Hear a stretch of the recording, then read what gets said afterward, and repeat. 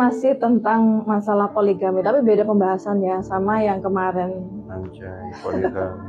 Kenapa? Tapi sebenarnya ya masalah tentang poligami berarti laki-laki itu boleh menikah lebih dari satu istri ya kan?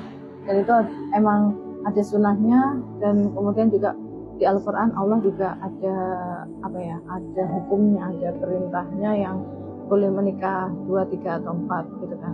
Nah itu tadi Ya di Islam aja, yang di agama lain gitu. ya makanya kalau di zaman sekarang ini menurut saya cocok nggak sih kalau buat laki-laki zaman now nih, Buat apa? suami-suami zaman now ya, termasuk ayah Nggak. bisa ya. Mungkin ini kan pembahasan secara Gak global. lihat zaman sih bunda, kayak gitu tuh masih sampai kiamat ya boleh bunda. Maksudnya ya sampai kapanpun itu nggak akan berubah ayatnya.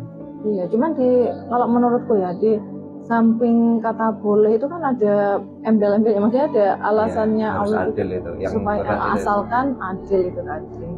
Berat itu adil, masalah adil. Ya karena kan kebanyakan orang itu asal, loh kan ini ada sunahnya, ini kan diperbolehkan. Jadi masalah adil itu berat karena secara logika nggak mungkin bisa. Secara logika nggak mungkin bisa karena yang dijadikan tolak ukurnya adalah ya itu keadilan. Nggak bisa, adil itu nggak mungkin bisa terjadi kalau yang dibikin adil itu tidak merasakan keadilan, maksudnya hatinya. Jadi kan perkara hati kan. Jadi adil itu bukan 50-50, bukan yang sama rata kayak gitu kan. Ada juga beberapa ulama itu yang menyampaikan kalau nggak akan bisa adil kecuali yang merasakan itu ya istrinya, maksudnya istrinya ridho kayak gitu ya. Karena nggak mungkin bisa ngasih sesuatu sama. Ngeri. Sekalipun dia banyak harta nih, kamu segini, tapi ketika istri itu nggak ridho ya akhirnya jadi nggak adil. Tapi kadang ada yang buat senjatanya gini, buat orang yang ahli agama ya. Jadi adil itu yang penting dia sudah mengerti peraturannya yang ada di Al-Quran, yang ada Sunnah. Menurut dia sudah gitu.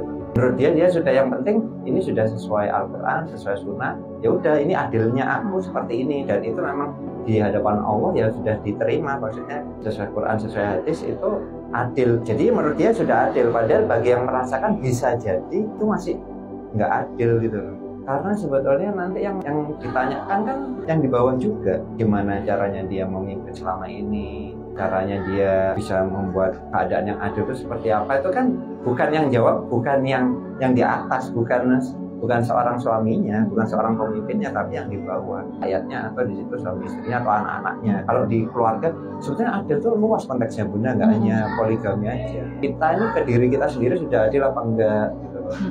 Kita ke keluarga kita terutama. Tapi karena ini pertanyaan konteksnya tentang poligami ya itu memang bukan jebakan ya, itu memang apesnya laki-laki itu ya di 3 itu sih, harta, tahta, wanita. Tadi sekuat-kuatnya iman biasanya dicoba lewat harta, tahta, atau wanita. Ada laki-laki itu yang emang dia doyan cari duit aja, itu ada yang meskipun duitnya nggak banyak tapi dia wedoan, maksudnya kan ada yang kayak gitu. Kita kan pernah nonton film apa itu, Berbagi Suami itu kan ya, dari film Berbagi. Contoh konkret yang ada di real life. Film Berbagi Suami itu bagus banget ya. Kita nonton bareng-bareng kan. Maksudnya poligami itu nggak hanya dilihat dari laki-laki yang mapan aja, dari orang yang berpendidikan, dari orang sampai orang yang biasa-biasa, sampai supir itu kan, supir istrinya lebih yang dari satu, kehidupannya bebas. Ada yang dosen apa itu ya, terus ada yang orang kaya, pengusaha. Jadi ketertarikan terhadap wanita itu emang ya sebegitunya gitu loh. Terus kita nggak bisa nyalahkan juga wanita itu sebagai jaring-jaring setan, ya kan? Karena emang seperti itu. Kita nggak bisa nyalahkan kita kilaf karena itu pilihan kan. Pilihan untuk melanjutkan apa tidak kan di laki-lakinya, seperti itu sih. Jadi harta tahta wanita itu nyata, kalau kita nggak hati-hati hapusnya di situ.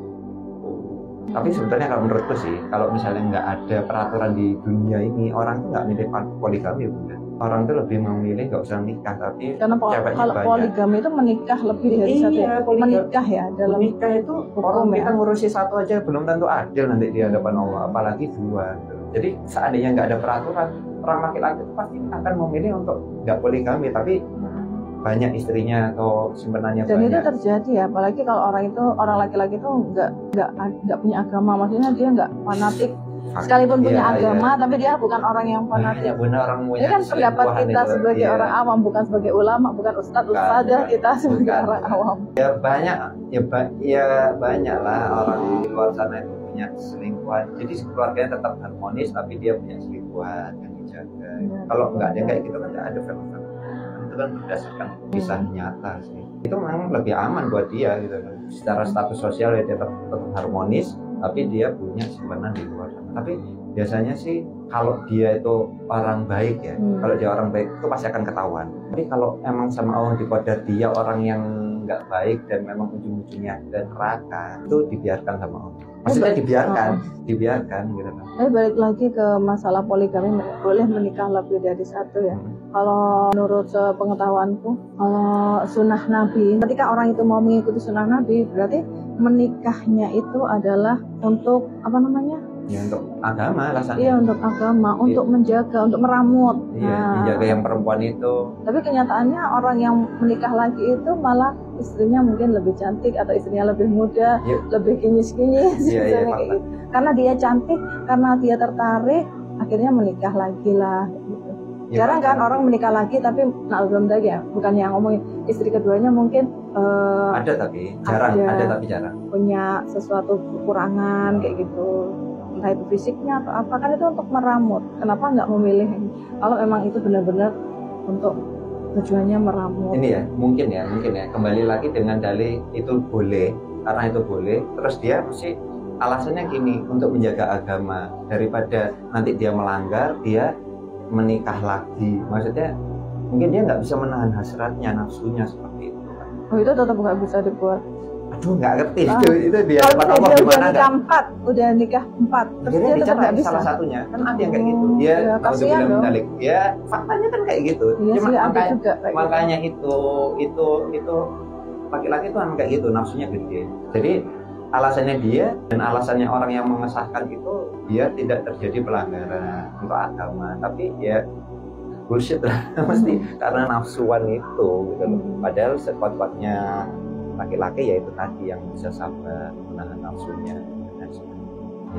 Ya gimana, itu fakta sih. Kenapa kamu mau ada rekomendasi ya, enggak lah, kan aku bukan istri yang pengen menjerumuskan suami. Anjay. Tapi ada loh yang istri keduanya itu emang lebih di bawah yang pertama, ada. Banyak. Ya ada, tapi nggak banyak sih. Tapi pada umumnya lebih muda, lebih lah pada umumnya. Dan biasanya ujung-ujungnya nggak barokah ujung-ujungnya.